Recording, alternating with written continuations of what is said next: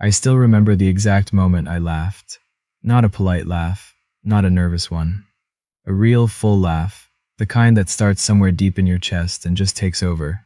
I was sitting alone in my truck in the parking lot of the Marriott in Halifax, and I laughed so hard my eyes watered.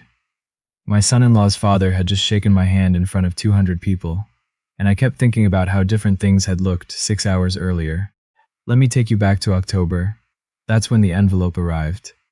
I'd been in the middle of patching drywall in the basement of a semi-detached on Roby Street when my daughter called and said she'd mailed me something.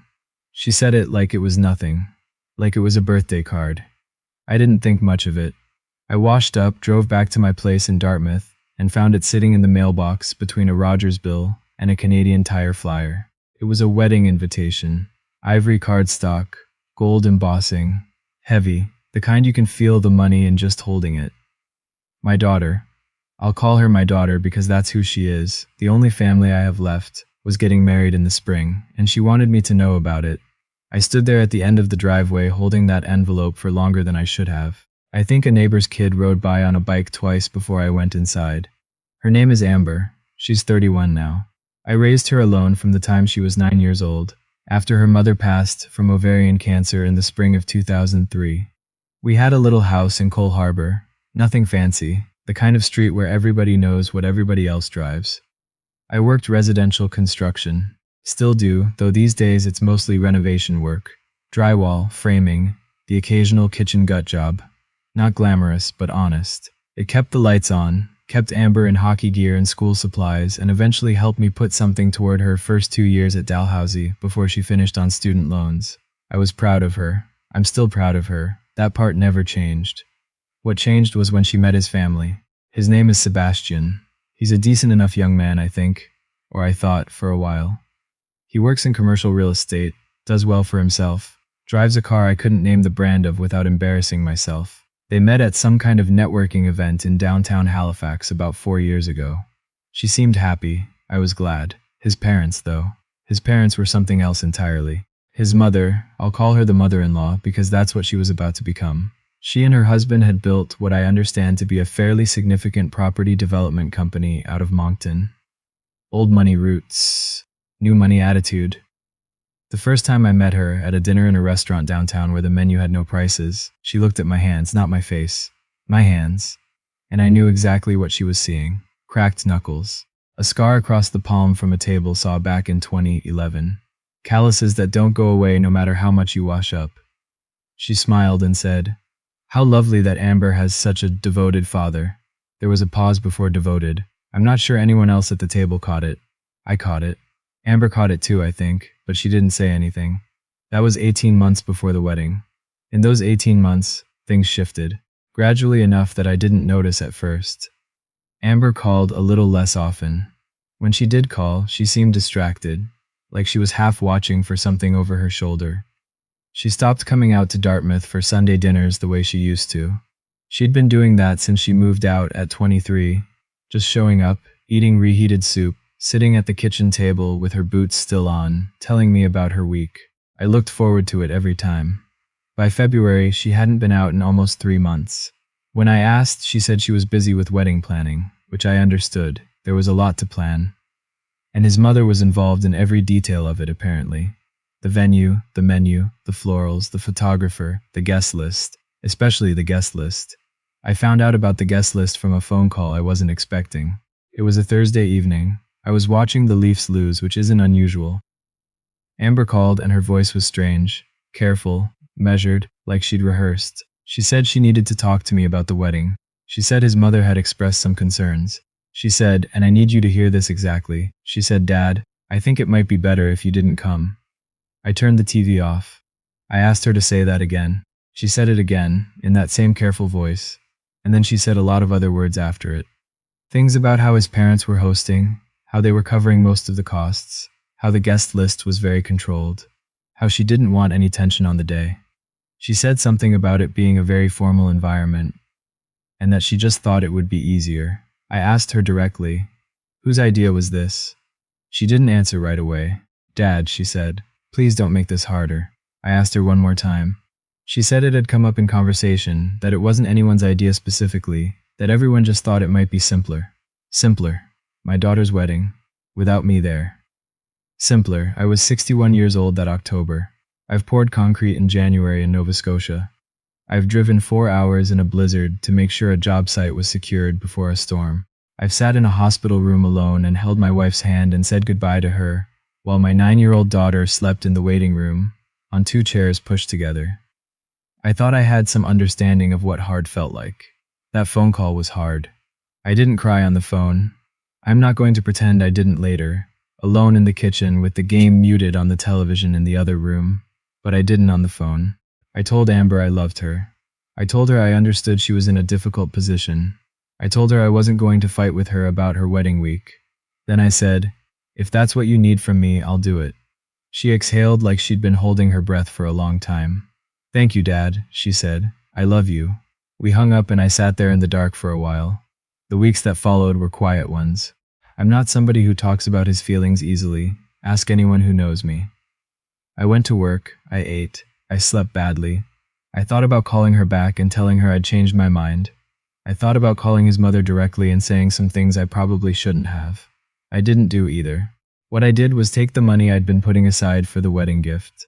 I'd saved just over $3,000 over 2 years, which I know doesn't sound like much, but that's real money on what I make, and I transferred it to Amber's account anyway. No note. I figured she'd know what it was for. She texted me that same day, "Dad, you didn't have to do that." I texted back, "I wanted to." That was our whole conversation for the next 6 weeks. The wedding was on a Saturday in late May, out near Peggy's Cove. They'd rented a venue, one of those converted barn properties with cedar siding and string lights and a view of the ocean. I know because Amber had shown me photos back when she was still excited to share things with me. It looked beautiful. I'm glad she had something beautiful. I spent that Saturday in my workshop. I was building a bookcase. Nothing fancy, just pine, for the back bedroom. I put on the radio and tried to keep my hands busy. Around 2 in the afternoon, which was when the ceremony would have been starting, I stopped working and sat on the stool by the workbench, and I didn't do anything for a few minutes. I thought about the day she was born. I thought about her at 9 years old, asking me in the car on the way home from the hospital if she was still going to be somebody's daughter, even though her mother was gone. I told her yes, of course yes, always. She was somebody's daughter at her wedding too. I just wasn't there to walk her down the aisle. Around 6 that evening, my phone rang. It was a number I didn't recognize, Halifax area code, but not a number in my contacts. I almost didn't answer. I was hungry and tired and not in the mood for anything, but something made me pick up. "Is this Lyle Mercer?" the voice said. I said it was. Lyle Mercer, who worked with Harbor Ridge Construction back in 2009. I sat up straighter on the stool. "Yes," I said. I was a foreman on a few of their projects. "Who's this?" "My name is Howard Ashworth," the man said. "I believe my son Sebastian married your daughter today." The world went very quiet for a second. "I wasn't at the wedding," I said. "I know," he said. "I've been told. I'm calling because I'd like you to come to the reception if you're willing." I didn't say anything right away. "Mr. Mercer," he said. "Are you there?" "I'm here," I said. "I'm a little confused is all." He told me then. He told me slowly and clearly, the way someone tells a story they've been carrying for a while. In 2009, Harbor Ridge was contracted to build a multi-unit residential property in Bedford. It was a project Howard Ashworth had invested in, a significant amount of his money in what was, at the time, still a new venture for him. Partway through construction, the project ran into serious structural issues, poured footings that hadn't been done right. The site supervisor had signed off on work that wasn't completed to spec. I remembered that project. I remembered it because I was the one who caught it. I had been brought in partway through as a secondary foreman on a separate phase, and when I did my walkthrough, I found the footing discrepancy. I wrote it up. I pushed it up to the project manager. I refused to let my crew proceed until the issue was formally documented and assessed. It caused a delay. It caused friction. The original supervisor was furious with me. The project manager was unhappy. But the report went in. The foundation was corrected. The building went up properly. What I didn't know, what nobody told me, was that Howard Ashworth had been quietly watching the situation unfold through his project contacts. He'd gotten a copy of the internal report. He knew who had filed it. He knew who had stopped the work. If those footings had gone through, he said on the phone that evening, I'd have been looking at a liability situation that would have ended everything I was building at the time. Maybe worse, if those units ever had structural failures with people living in them. I was quiet for a moment. I was just doing my job, I said. Yes, he said. That's exactly what you were doing. And I've never forgotten it, even if you didn't know I knew. He told me he'd found out, earlier that week, through conversation, that his son was marrying a woman whose father was a tradesman named Lyle Mercer from Dartmouth. He said it took him about 12 hours to put it together. He said when he confirmed it, he went to his wife and told her what he knew about me. I asked him how that conversation went. He was quiet for just a moment. It was a difficult conversation, he said, but a necessary one. He told me he wanted me at the reception. He said he'd already spoken with Sebastian about it, and that Sebastian agreed. He said he understood if I didn't want to come, given the circumstances, and that he wouldn't blame me, but he wanted me to know I was welcome, and that he personally was asking me to be there. I looked around my workshop, the half-built bookcase, the radio playing something country, my dog asleep on the mat by the door. I said, "Give me 20 minutes to change." The Marriott ballroom was exactly what you'd expect. Round tables, centerpieces with white flowers, a head table that probably cost more than my truck. About 200 guests in their best clothes, the kind of event where everyone smells expensive and nobody has a price tag showing. I walked in wearing the blazer I'd bought for my wife's funeral and wore to Amber's university convocation. Dark navy, fits me well enough. I parked around the side so I wouldn't walk in through the main entrance and cause a scene.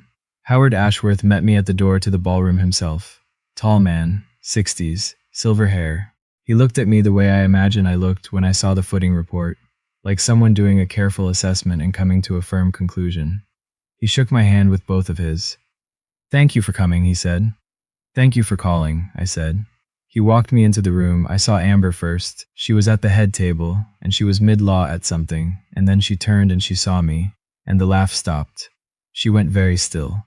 I gave her a small nod. I wasn't there to cause a scene or make her feel guilty in front of her guests. But Howard Ashworth had other plans. He walked me to a table near the front. Apparently he'd had a seat arranged, and then he went to the front of the room. He picked up the microphone that had been set up near the head table. He tapped it once. The room settled. He gave a toast to his son and new daughter-in-law, which was gracious and warm and got a good laugh at the right moment. And then he said he wanted to take a moment to acknowledge someone who had made the evening possible, in a way that none of the guests would know unless he told them, and then he told them. Not all of it. He was tactful, but he told them about 2009, about the project, about the man who'd filed the report that protected his investment and, more importantly, he said, protected the future tenants of that building from potential harm. He said that man was the father of the bride. He said that man's name was Lyle Mercer, and he said that he was honored to consider him family. 200 people were looking at me. I'm not someone who cries easily. I want to be clear about that. But when Amber stood up from the head table and crossed the room and put her arms around me in front of everyone, I'll be honest with you, it was close. She said into my shoulder, "I'm so sorry, Dad. I'm so sorry." I held on to her. "You're still somebody's daughter," I said. I don't think she understood why I said it, not right then, but she will someday, or maybe she already does. His mother came to find me later in the evening near the bar. She extended her hand. Her expression was composed, controlled, the same controlled expression she'd worn at that first dinner. "It seems I misread the situation," she said. "A lot of people do," I said, and I shook her hand. I stayed until the dancing started. I talked to a few of Sebastian's relatives, who turned out to be perfectly decent people once the formality broke down. I ate a meal I didn't catch the name of, but it was very good. Howard Ashworth sat with me for a while, and we talked about the building trades and what's happening to housing in Nova Scotia, and it turned out we had more in common than the evening that brought us together. Around 10 o'clock, I said my goodbyes. Sebastian shook my hand at the door. He looked me in the eye when he did it, which I appreciated. "She talks about you all the time," he said.